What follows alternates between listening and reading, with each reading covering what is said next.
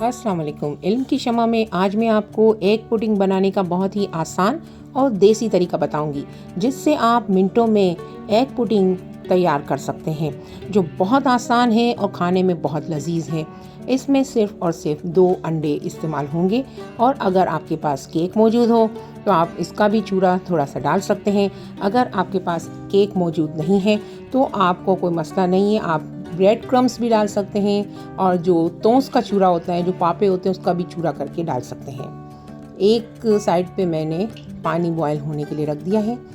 ये पानी जो है वो हमने इसलिए रखा है कि हम इसे स्टीम पे पकाएंगे।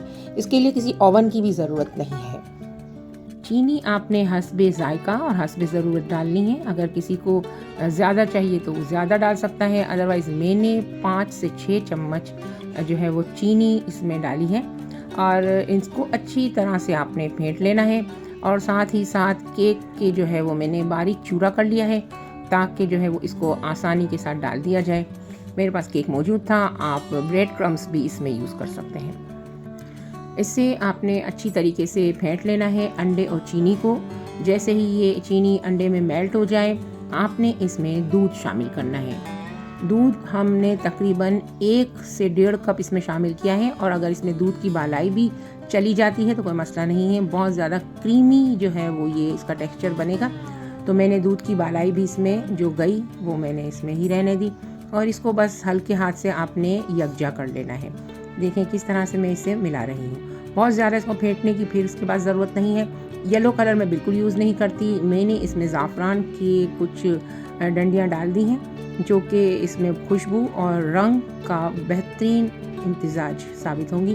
तो ये देखें, इसमें मैंने ज़ाफ़रान डाला है। कलर का इस्तेमाल नहीं करना चाहिए, इससे किडनी के फेल होने का बहुत ख़तरा होता है। तो ये जो आर्टिफिशियल कलर है ये बहुत नुकसान देह होता है। अब देखें, ये सारी चीज़ें डालने के बाद केक का जो चूरा मैंने किया था वो मैंने इस पर स्प्रिंकल कर दिया है। बहुत ज़्यादा डालने की ज़रूरत नहीं है, हल्का हल्का आपने इस पर स्प्रिंकल कर देना है। पानी में जब अच्छी तरीके से जोश आ जाए, आपने इसको पानी के ऊपर रख देना है, और फिर इस पर एक प्लेट को ढक देना है। ये अच्छी तरह से स्टीम से पक जाएगी। तकरीबन 1 घंटे के बाद मैं इसकी प्लेट को उठा रही हूँ। ये देखिए, ये अभी कुछ थोड़ी सी बीच में जो है वो इसका टेक्सचर जो है वो नहीं हुआ, लेकिन बाकी तकरीबन ये हो चुकी है। देखें, टूथपिक से हम केक की तरह से देखेंगे, ये कुछ ऐसा है कि हल्का सा इसका जो टेक्सचर इस पर चिपका हुआ आ गया है।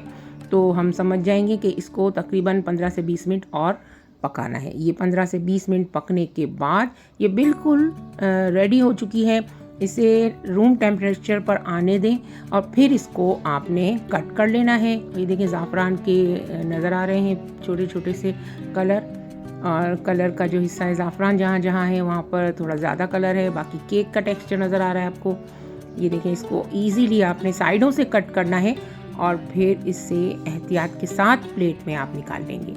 और ये बहुत लजीज, बहुत क्रीमी और बहुत बेहतरीन और सेहत बख्श है। तो इससे जो है वो आप ज़रूर बनाइएगा, और मुझे कमेंट में बताइएगा कि आपने बनाई तो आपसे ये कितनी आसानी से बन गई, और इसका टेस्ट आपको कैसा लगा। मुझे दुआ में याद रखिएगा। इंशाल्लाह मिलते हैं नेक्स्ट वीडियो में। तब तक के लिए अपना बहुत ख्याल रखिएगा। अल्लाह निगहबान।